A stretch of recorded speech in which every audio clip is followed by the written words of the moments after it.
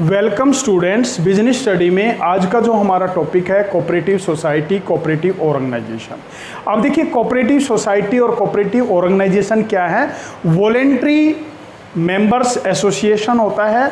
जो भी पर्सन्स है इस प्रकार के ऑर्गेनाइजेशन में वॉलेंट्री शामिल होना चाहे शामिल हो सकते हैं।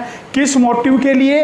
जो सोसाइटी के मेंबर्स हैं उन मेंबर्स की हेल्प करने के मोटिव से। और ये जो कोऑपरेटिव सोसाइटी एक्ट 1912 के अंदर इस कोऑपरेटिव सोसाइटी एक्ट के अंदर इस सोसाइटी को रजिस्टर्ड कराना होता है। और इसमें मिनिमम 2 मेंबर्स होते हैं, 10 मेंबर्स होते हैं और मैक्सिमम 100 मेंबर्स होते हैं अगर हमारी क्रेडिट कोऑपरेटिव सोसाइटी है।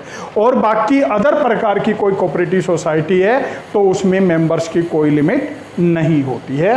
तो इस प्रकार की जो सोसाइटी होती है voluntary association of person who join together with the motive of welfare of members. Members के वेलफेयर मोटिव के लिए उन्होंने उसको सोसाइटी को ज्वाइन किया है। और जो भी पर्सन्स इसमें शामिल होते हैं वॉलेंट्री इसमें शामिल होते हैं, किसी प्रकार का किसी भी पर्सन पर कोई दबाव नहीं होता है। फीचर्स वॉलेंट्री मेंबरशिप, यानी इस प्रकार की सोसाइटी में जो मेंबरशिप होती है वॉलेंट्री होती है। जो भी व्यक्ति इस सोसाइटी का मेंबर बनना चाहता है वो मेंबर बन सकता है, उस पर किसी प्रकार का कोई भी कंपल्सन नहीं होता है। लीगल स्टेटस, अब देखिए कोऑपरेटिव जो सोसाइटी एक्ट है 1912 उसके अंदर इसका रजिस्ट्रेशन कराना जरूरी होता है। और एक कानून के द्वारा एक्ट पास किया हुआ है, उस एक्ट में जो लाज और बाईलाज बनाए गए हैं उनके अकॉर्डिंग इसका जो संचालन है वो किया जाता है। इसलिए जो ये कोऑपरेटिव सोसाइटी है वो एक लीगल स्टेटस में आती है।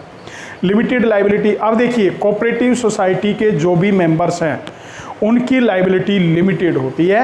जैसे आपने सोल ट्रेड पढ़ा, पार्टनरशिप पढ़ा, उनमें क्या था, अनलिमिटेड लाइबिलिटी होती थी। लेकिन इसमें जो मेंबर्स होते हैं उन सभी की लाइबिलिटी क्या होती है, लिमिटेड होती है। जितना उन्होंने पैसा इन्वेस्ट किया है उससे ज़्यादा की लाइबिलिटी नहीं होती। यानी उनकी पर्सनल प्रॉपर्टी को अगर उसमें किसी प्रकार का लॉस हो जाता है तो पर्सनल प्रॉपर्टी को यूटिलाइज नहीं किया जा सकता है। कंट्रोल, अब देखिए इस प्रकार की सोसाइटी में जो कंट्रोल किया जाता है, सोसाइटी के जो मेंबर होते हैं उन्हीं मेंबर में से मैनेजिंग कमेटी जो है वो इलेक्ट की जाती है। और जो मैनेजमेंट कमेटी होती है उस कमेटी में जो प्रेसिडेंट, वाइस प्रेसिडेंट, सेक्रेटरी और जो कैशियर होते हैं उनके द्वारा इस सोसाइटी का कंट्रोल किया जाता है। सर्विस मोटिव, अब देखिए इस प्रकार की जो सोसाइटीज होती हैं उनका मेन मोटिव क्या होता है, to help their members, to provide service to their members. Profit earning is the secondary motive but first motive to provide service और टू हेल्प देयर मेंबर्स। तो सर्विस मोटिव के लिए इस प्रकार की जो सोसाइटीज हैं उनको संचालित किया जाता है। इक्वल वोटिंग राइट, अब देखिए इस प्रकार की सोसाइटी में एक मेंबर ने 10,000 रुपये इन्वेस्ट किए हुए हैं, एक मेंबर ने 20,000 रुपये इन्वेस्ट किए हैं, एक मेंबर ने 50,000 रुपये इन्वेस्ट किए हैं, एक मेंबर ने केवल 100 रुपये इन्वेस्ट किए हुए हैं। तो अलग अलग अमाउंट हो गई। लेकिन चाहे जिस मेंबर ने 100 रुपये इन्वेस्ट किए हैं या जिस मेंबर ने 50,000 रुपये इन्वेस्ट किए हैं, सभी को इक्वल वोटिंग राइट है। सभी को 1 मैन 1 वोट, एक व्यक्ति एक वोट देने का अधिकार है। तो इक्वलिटी वोटिंग राइट जो है इसमें इक्वलिटी पाई जाती है। डिस्पोजल ऑफ सरप्लस, अब देखिए इस प्रकार की जो सोसाइटी में सरप्लस बोलते हैं प्रॉफिट को, इस प्रकार की सोसाइटी में जो प्रॉफिट होता है उसका एक रेशियो 1/4 जर्नल रिजर्व में डाल दिया जाता है। अब 1/4 के बाद जो दूसरे हमने शेयर जो बेचे हुए हैं उन पे डिविडेंड देना है। कोऑपरेटिव सोसाइटी के जो शेयर इशू किए उन पे डिविडेंड देना है। तो शेयर जो डिविडेंड है 10% से ज़्यादा जो है डिविडेंड नहीं देंगे, मैक्सिमम लिमिट 10% है। Development of areas of society, अब जिस सोसाइटी में हम उसको ऑपरेट कर रहे हैं उस सोसाइटी के डेवलपमेंट पे खर्च करना है। अब जो रिमेनिंग सरप्लस बच गया उसको हम जो भी मेंबर्स हैं उसमें डिवाइड कर देते हैं। कैश इन ट्रेडिंग, अब इस प्रकार की सोसाइटी में जो भी गुड्स में ट्रेडिंग होती है, सेल्स किया जाता है, वो कैश में किया जाता है।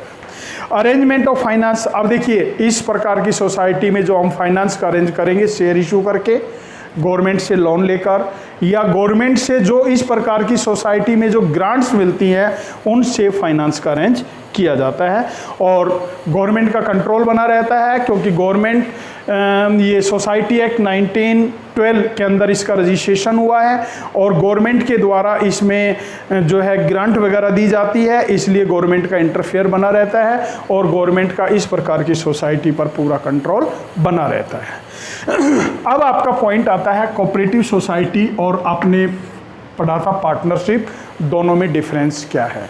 तो देखिए कोऑपरेटिव सोसाइटी एक्ट 1912 है और पार्टनरशिप एक्ट 1932 है। पार्टनरशिप एक्ट कब बनाया गया? 1932 में। कोऑपरेटिव सोसाइटी एक्ट कब बनाया गया? 1912 में।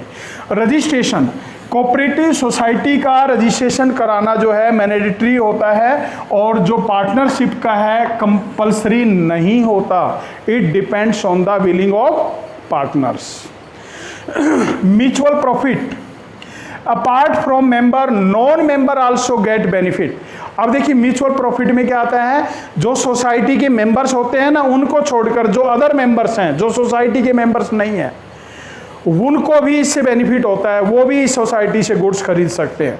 लेकिन पार्टनरशिप में जो सारा बेनिफिट है वो केवल पार्टनर्स को मिलता है, बाहर के लोगों को उसका कोई भी बेनिफिट नहीं मिलता है।